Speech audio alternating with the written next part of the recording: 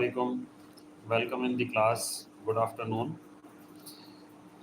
We are discussing chapter 1 and approach to political culture from a book which is co-authored by Gabriel Almond and Sidney Verba. The title of the book is The Civic Culture, Political Attitudes and Democracy in Five Nations. In this part, the authors discuss types of political culture. They say, in our comparison of five democracies, we use several concepts to help us classify and define political cultures. So they study five countries, Almond and Verba, and then they classify the political cultures in this book. They say we use the term political culture rather than national character. National character is another term which is used in these similar meanings, but they prefer political culture or model personality. Model personality is another term which is used in the similar sense, but they prefer political culture over these terms. They say we also use political socialization instead of general terms like child development or child rearing. So they do not use these terms like child development and child rearing, rather they use political socialization. We do this not because we reject psychological or anthropological theories. Those theories relate political attitudes to other parts of personality. They also stress the relationship between general child development and adult political roles and attitudes. So those perspectives are, in their view, they are also important. They say we do not reject these anthropological and psychological perspectives. They are important. In fact, we could not have made this study without the prior work of historians, social philosophers, anthropologists, sociologists, psychologists, and psychiatrists. So, all these disciplines, all these subjects, they provide some background understanding, background studies for this existing study. They have been concerned with the relationships between psychological and political characteristics of nations. This study has been greatly influenced by the culture personality. Culture personality or psychocultural approach. Culture personality approach or psychocultural approach is more influencing in this book. This approach has developed a substantial theoretical and monographic literature over the past 25 years. Substantial theoretical and monographic literature has emerged based on this approach. That is, uh, culture, culture citizen, culture personality, culture personality approach, or psychocultural approach. We use the term political culture for two reasons. First, the first reason for using the term political culture, we need to separate political attitudes from non-political ones. We need to separate political attitudes from non-political attitudes. The boundary between them is not as sharp as our words suggest. There's much overlapping. There cannot be watertight boundary, but we still need to separate them to find relationships between political and non-political attitudes. So we still need to separate them, political attitudes and non-political attitudes. The term political culture refers to specifically political orientations. Political culture refers to political orientations. Now, orientation here is important, and the authors go into detail to analyze orientations and help us understand orientations. This includes attitudes toward the political system and its parts. Orientation, political orientation includes attitudes toward the political system and attitudes towards various parts of the political system. So these attitudes are part of the political orientation. It also includes attitudes toward the role of the self, role of the individual in the political system. Political orientation also includes attitudes of this individual toward the role of the individual in the political system. We speak of a political culture just as we can speak of an economic culture. If there is an economic culture, then there is a political culture or a religious culture. If there is a religious culture, then there can be a political culture. It is a set of orientations toward a special set of social objects and processes. So, political orientation is, in fact, a set of orientations toward a special set of social objects and social processes.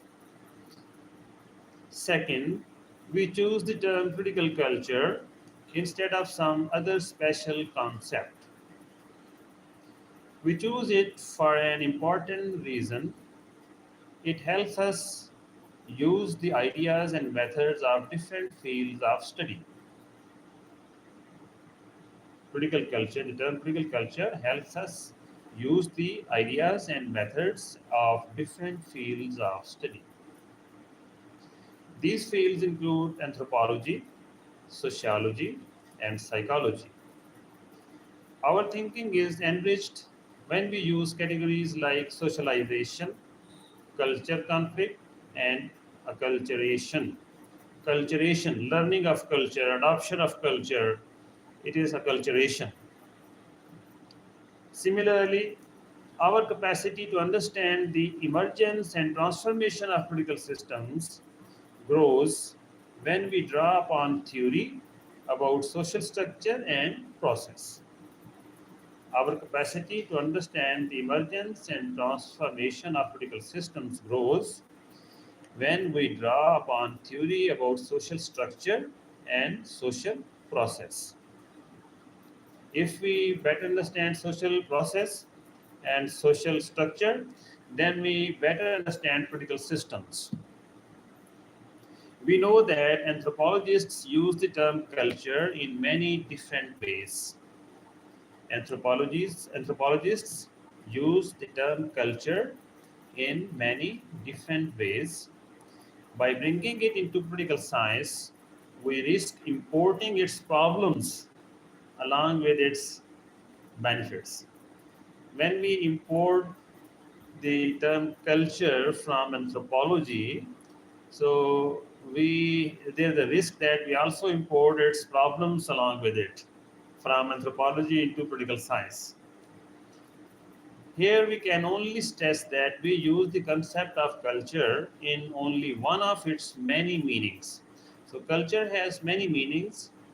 Sidney Verba and Gabriel Armand, they say we use it here in only one meaning. That meaning is psychological orientation toward social objects. Culture here means, in this book, culture means psychological orientation toward social objects. So objects here are not only material objects, immaterial objects, tangible, intangible objects are also included in social objects. When we speak of the political culture of a society, we refer to the political system and it is as it is internalized in the thoughts, feelings, and evaluations of its people. When we speak of the political culture of a society, we refer to the political system as it is internalized in the thoughts, feelings, and evaluations of its people. People are inducted into it. People are inducted into political culture just as they are socialized into non political roles and social systems. Conflicts of political cultures have much in common with other culture conflicts. Conflicts of political cultures have much in common with other culture conflicts.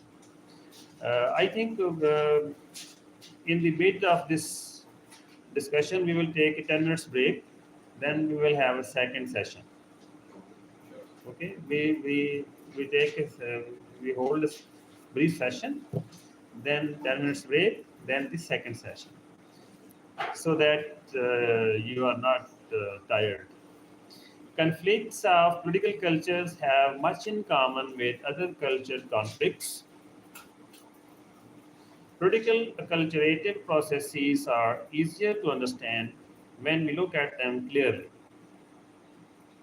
Political acculturative processes are easier to understand when we look at them clearly. We should view them in the context of resistance to change. Culture, we can understand culture better if the change is slow, if culture is changing slowly.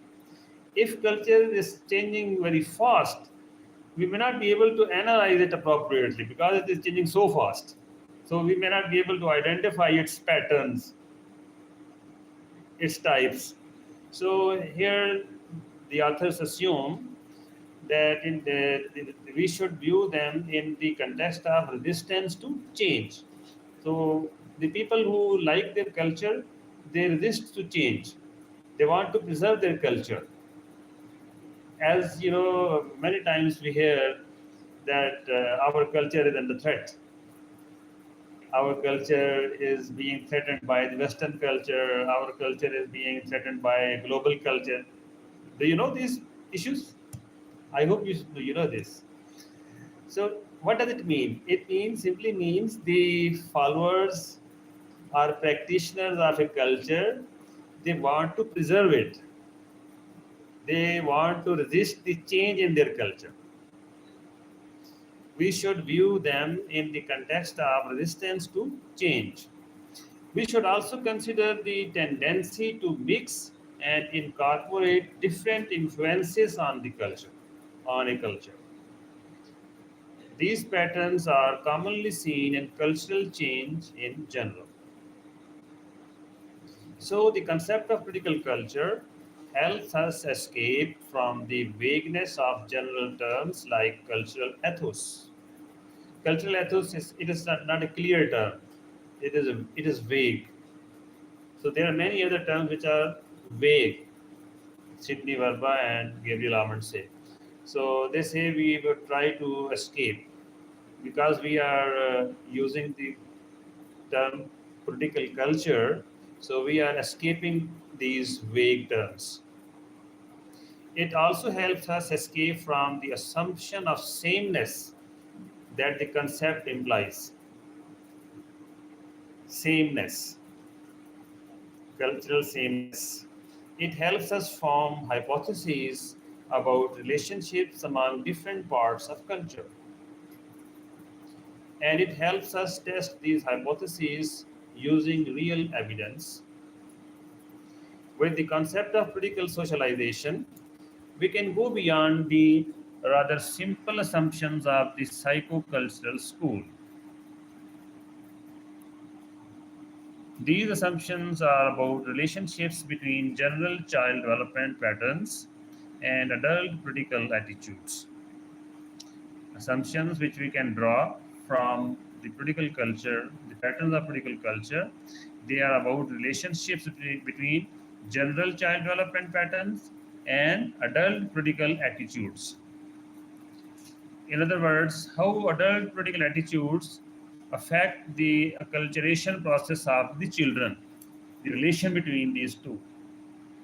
We can draw hypotheses regarding the relationship between these two things. We can now relate specific adult critical attitudes. We can also relate about adult behavioral tendencies. These are connected to critical socialization experiences in childhood. Some of these experiences are clear and visible. So one aspect is the influence of the adults, their cultural orientation on the socialization process of the children. Another aspect is the adults' own experiences in their own childhood. Their own experiences in the childhood, they also influence their political orientation in the adult age, in their adulthood. So there are two types of influences on the adult political cultural orientation. So some of these experiences are clear and visible. Others are hidden and not easily noticed. The political culture of a nation refers to its shared political patterns. The political culture of a nation refers to its shared political patterns. There there can be many sub political cultures, subcultures within a political culture. But a national political culture means the patterns that we can identify at the national level. It shows how people in a country think and feel about politics.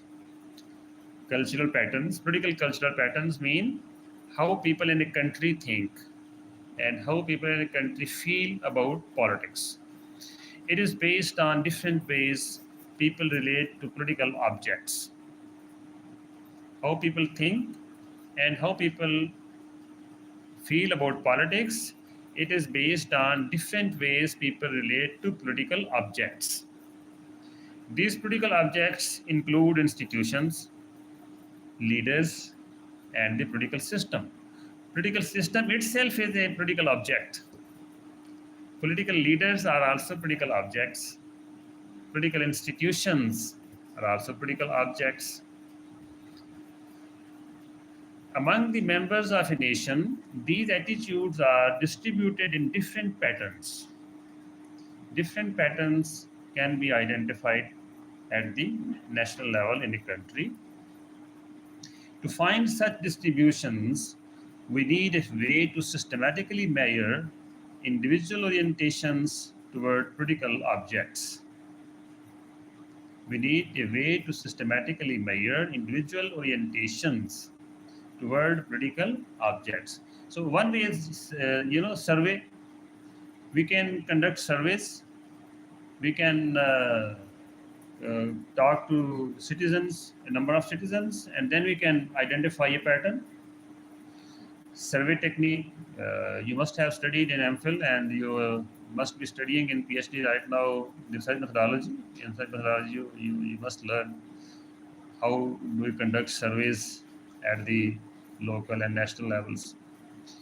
In other words, we need to define and list the types of political orientation and the classes of political objects. We need to define and list the types of political orientation and the classes of political object. There can be different types of political orientation. There can be different classes of political objects. Our definition and classification follows Parsons and Schill's, as suggested elsewhere. Armand and Verba have discussed them somewhere else in this book. So their definition and classification of political orientation and political objects follows Parsons and Schill's. Orientation. What is political orientation? Orientation refers to the internalized aspects of objects and relationships. I repeat, the internalized aspects of objects and relationships. It is called orientation. Orientation includes three things. Three things are included in orientation. First, cognitive orientation. Second, affective orientation. And third, evaluational orientation. So these are three aspects of orientation: cognitive, affective, and evaluational. First, cognitive orientation. Cognitive orientation means knowledge of and belief about the political system, its roles, the people in those roles, its inputs and its outputs. You can join me on YouTube as well if you have internet. If not, you can have slides. Yes, I am on slide 62. Cognitive orientation means knowledge of and belief about the political system, and knowledge of and belief about roles of political system, and knowledge of and belief about people in those roles, its inputs and its outputs. So knowledge of all these things and belief about all these things which are included in the political system and the roles, political roles and outputs and inputs, they are cognitive orientation. It is one aspect of orientation which is cognitive orientation. Second, affective orientation. Affective orientation means feelings about the feelings. The first one was about the knowledge and belief. That is cognitive. Cognitive orientation is about knowledge and belief. Affective orientation is about feelings about the political system, its roles, the people in those roles, and how well it performs. How do people feel about their political system and their political personalities, political leaders? It is affective orientation.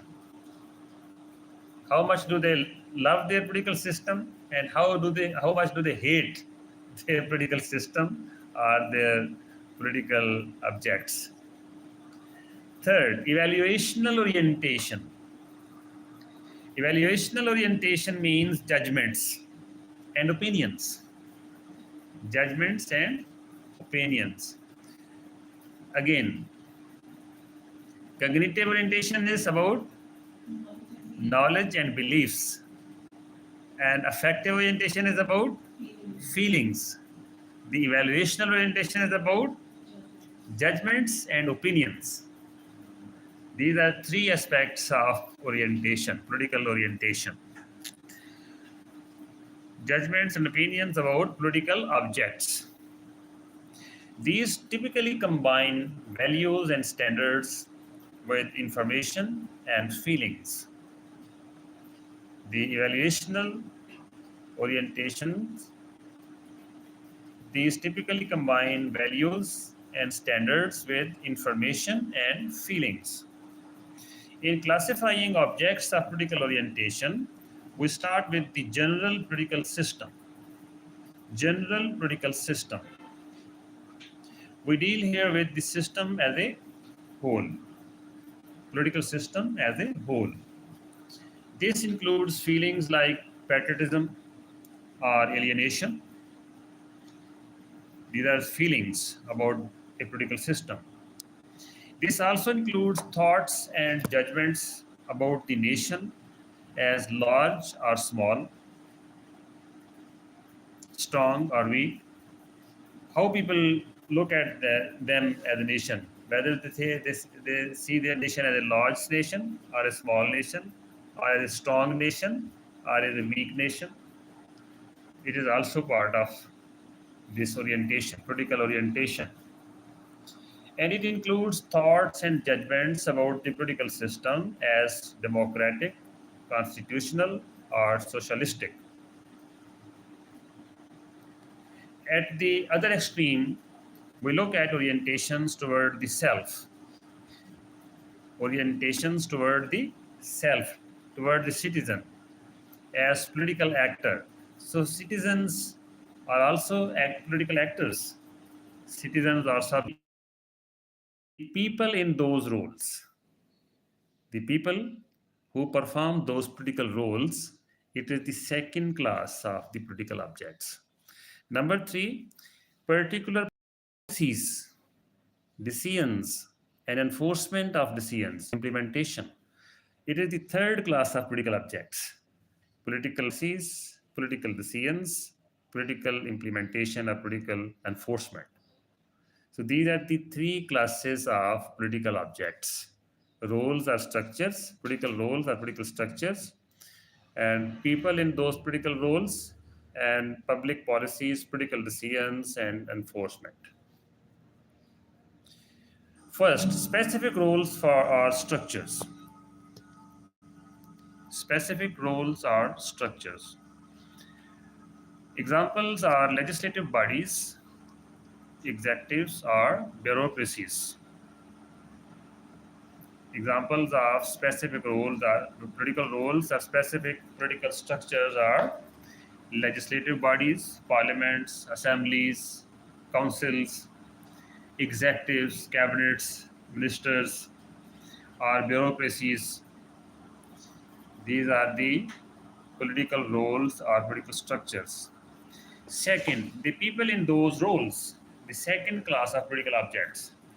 Examples are particular monarchs, legislators, MNAs, MPAs, and administrators. Administrators. They also include bureaucrats. So this is the second class of political objects. Three, particular public policies, decisions are enforcement of decisions. It is self-explanatory. These structures, people, and decisions can be classified further. It is one classification. Authors of this book, Gabriel Almond and Sidney Verba, say they can be further classified. One group is involved in the political process. This is also called the input process. Input process. The second group is involved in the administrative process. This is also called the output process. So, in these different classes, we can identify further classes: input groups and output groups, input processes and output processes within these classifications with types. By political or input process, we mean the flow of demands from society into the political system. Flow of demands from society into the political system. It is the political process. It is the input process. People make demands, people make input to the political system. Political input process also includes the changing of those demands into official policies. When those demands are converted into political policy, it is also input process. Some structures that are mostly involved in the input process are political parties, interest groups, and the media of communication. So mainly these are the three the major stakeholders which raise political demands: political parties, interest groups, and media. So they provide input to the political system. By the administrative or output process, we mean the process by which official policies are applied or enforced. The process by which official policies are applied. It is the output. The process by which official policies are enforced. Structures mostly involved in this process would include bureaucracies and courts. Bureaucracies and courts mainly they enforce the policies. We know that any such distinction does not fully capture the continuous nature of the political process. Any such distinction does not fully capture the continuous nature of the political process. It also does not capture the many functions of political structures.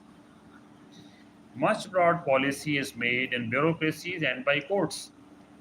So, although there is overlapping, although we can identify the input process and output process separately, but again, many times those who implement the policies, those who give the output, they also are part of the input.